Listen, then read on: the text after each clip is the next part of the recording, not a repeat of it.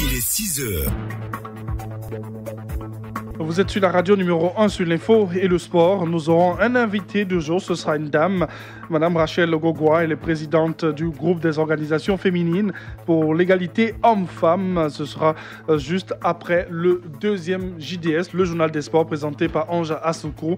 Santé au quotidien, on nous parlera du strabisme, voilà, chez le nourrisson avec Djenibou Karamoko à 6h52, sans oublier la parole est à vous. Adama Bakayoko sera en notre compagnie à 6h30. Avant tout ceci, c'est bien sûr le journal présenté par Denise de la Fafiette. Bonjour Denise. Bonjour Thierry Angeval, bonjour à tous. Audience du chef de l'État Alassane Ouattara.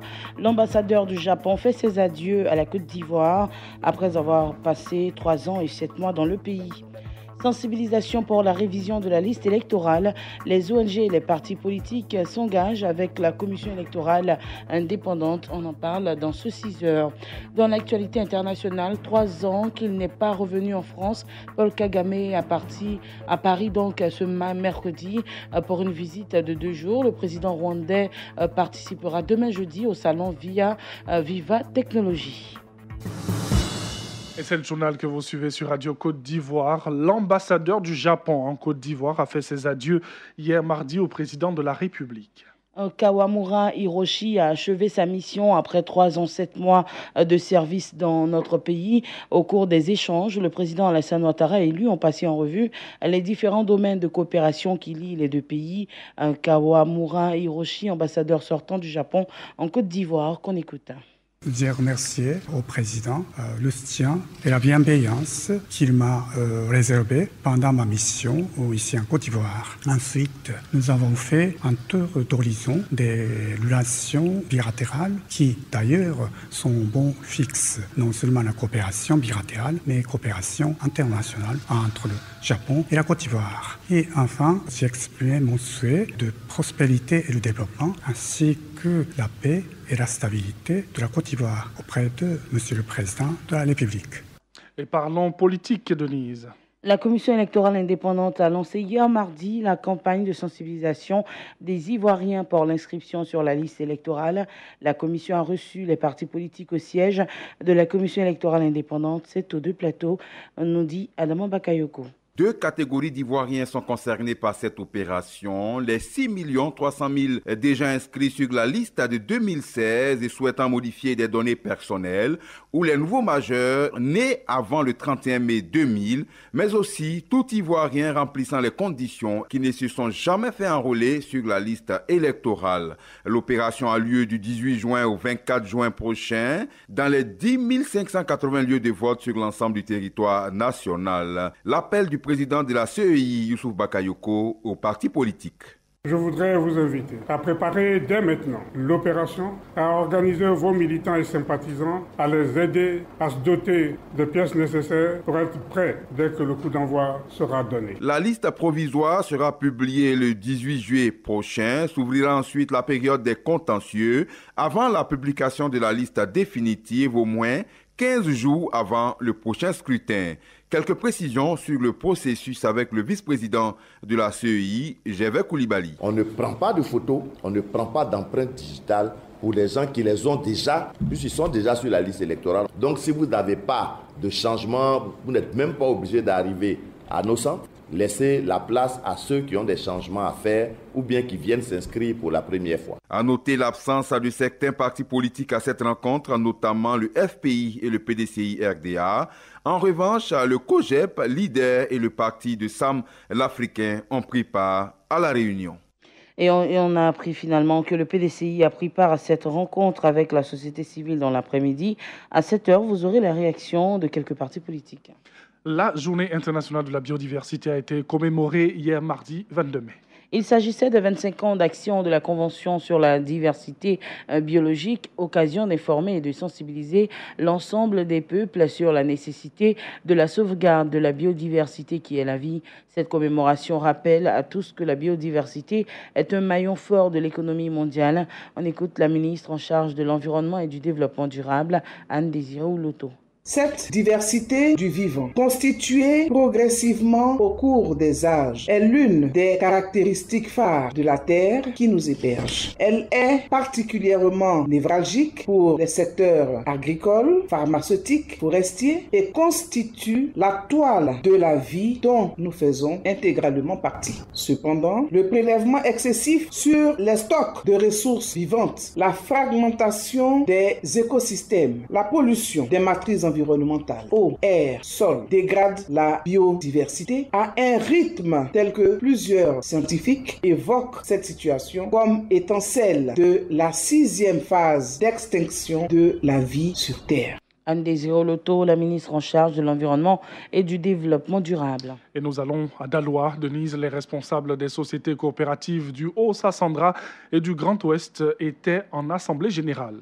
Objectif, explorer des pistes de solutions face aux difficultés liées à leur coopération. Au sortir de cette rencontre, écoutons Thia Marcel, il est le président de l'Union des sociétés coopératives agréées de Côte d'Ivoire.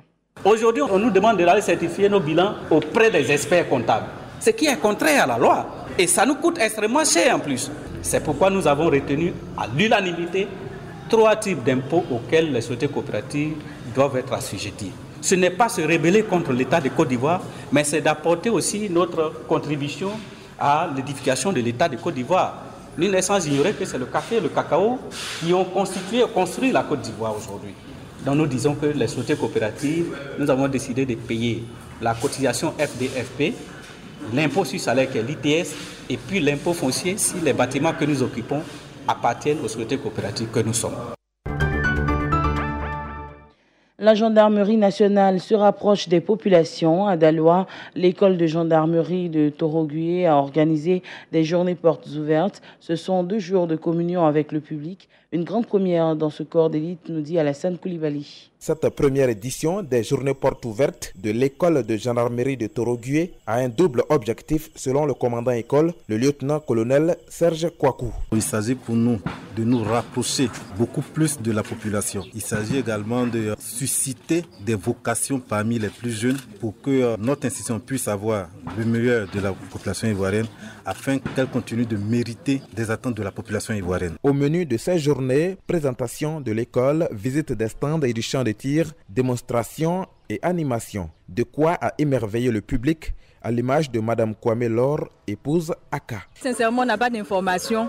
On voit avec 1V, 2V, on ne sait pas ce que ça veut dire. Ça, c'est de 1. Et puis moi, je ne savais pas qu'on faisait le tir à l'âme ici. Et puis les différentes armes qu'on nous a montrées, vraiment, c'était impressionnant. En plus du grand public, ces journées portes ouvertes ont enregistré la présence du corps préfectoral et des élus locaux. Le préfet du département de Daloa, préfet de la région du Haut-Sassandra, a souhaité que ces journées se multiplient chaque année afin de permettre aux populations de mieux comprendre le fonctionnement de la gendarmerie. Alassane Koulibaly, Daloa, Radio Côte d'Ivoire. Et en mot de santé, l'élimination de la fistule obstétricale demeure une priorité pour le gouvernement, a réitéré la ministre de la Santé et de l'Hygiène publique. La journée internationale de la fistule est célébrée justement aujourd'hui autour du thème « Ne laissons personne de côté ». Engageons-nous dès maintenant à éliminer la fistule obstétricale. Cette année, la journée sera officiellement célébrée au mois de juin à Mans. Mais avant, le gouvernement invite les patientes à se rendre dans les centres de santé pour la prise en charge gratuite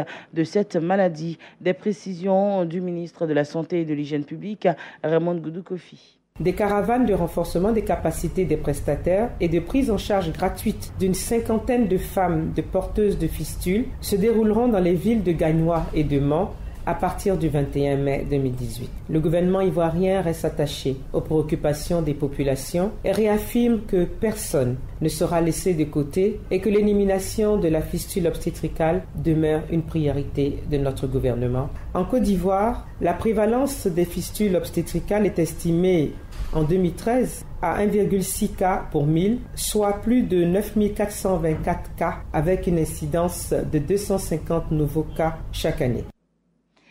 C'était donc les précisions du ministre de la Santé et de l'Hygiène publique, Raymond Goudou Kofi. Un mot de religion à présent. Le Premier ministre Amadou Gon Coulibaly apporte son soutien à la communauté musulmane de la région de l'Ifou, un geste de solidarité qui s'inscrit dans le cadre du jeûne du Ramadan, nous dit Honoré Niaré. Ce sont 3 tonnes de sucre réparties dans les 3 départements de la région de Lifou qui ont été offertes à la communauté musulmane de Daokro, Mbayakro et Prikro par le Premier ministre Amadou Bon Coulibaly en ce début du jeûne du Ramadan. La cérémonie de remise officielle de ces dons s'est déroulée à la mosquée centrale de Daokro en présence du représentant du Premier ministre. Selon Ouattara Bey Soufou, il s'agit d'un geste de solidarité et de reconnaissance pour l'effort de jeûne dans cette période sainte du carême musulman. Monsieur le Premier ministre nous a chargé de venir remettre ce sucre pour que la communauté musulmane de la région de Lifou puisse bien passer un bon mois de Ramadan et leur demander de continuer à prier, à faire des bénédictions pour le président de la République, pour la stabilité de la Côte d'Ivoire et que les Ivoiriens se réconcilient véritablement. Au nom des bénéficiaires, l'imam de la mosquée centrale de Daokro, El Hadj Alinguessan, a traduit toute sa reconnaissance aux donateurs. Nous disons merci au Premier ministre Gon Coulibaly. Nous le soutenons de tous ses bienfaits et que tout ce qu'il entreprend du homme du bien pour le pays, que Allah le soutient. Et que tous les fils et filles de ce pays qui vont entreprendre quelque chose qui va concrétiser la paix de Côte d'Ivoire, nous bénissons toujours cela. La remise officielle des cartons de sucre aux musulmans de Lifou, faut-il le souligner, a été également salué par le mouvement de soutien aux actions de développement du ministre Amadou Bon Coulibaly, un mouvement qui vient d'être créé dans la région de Lifou. Honorine Naniare, Daokro, pour Radio Côte d'Ivoire. Radio Côte d'Ivoire, Daokro, 89.3 FM. Et en présent, faisons ensemble le tour de l'actualité internationale. 3 ans qu'il n'est pas revenu en France, Paul Kagame sera à Paris aujourd'hui pour une visite de 2 jours. Le président rwandais participera demain jeudi au salon Viva Technologie, un rendez-vous international consacré au numérique. Avant cela, il sera reçu demain mercredi, sinon aujourd'hui plutôt, à l'Élysée, d'abord pour un déjeuner avec des acteurs du numérique, puis pour un entretien avec son homologue français. Emmanuel Macron et Paul Kagame tiendront ensuite une conférence de presse commune, signe que le réchauffement s'accélère entre Paris et Kigali alors que les relations sont tendues entre les 2 capitales depuis 1994 et le génocide rwandais. Et pendant ce temps, Madagascar demeure dans une crise politique depuis 1 mois. Depuis la manifestation du 21 avril qui a fait au moins 2 morts, l'opposition réclame la destitution du président de la République ainsi que la dissolution de toutes les institutions. La médiation internationale n'a rien pu faire. À quelques mois seulement de l'élection présidentielle, le pays semble dans l'impasse. Et terminons avec le sommet historique prévu le 12 juin à Singapour entre le président américain et le dirigeant nord-coréen qui reste toujours incertain. Donald Trump, le président américain qui recevait hier mardi le président sud-coréen à la Maison-Blanche, a déclaré qu'un report de la rencontre était possible 3 semaines, tout juste avant une rencontre que le président américain n'a cessé de présenter comme historique. Le doute subsiste sur la tenue du sommet de Singapour. Et voici qui m'a fait à ce journal. Merci de nous avoir suivis. L'actualité sera de retour à 6h30.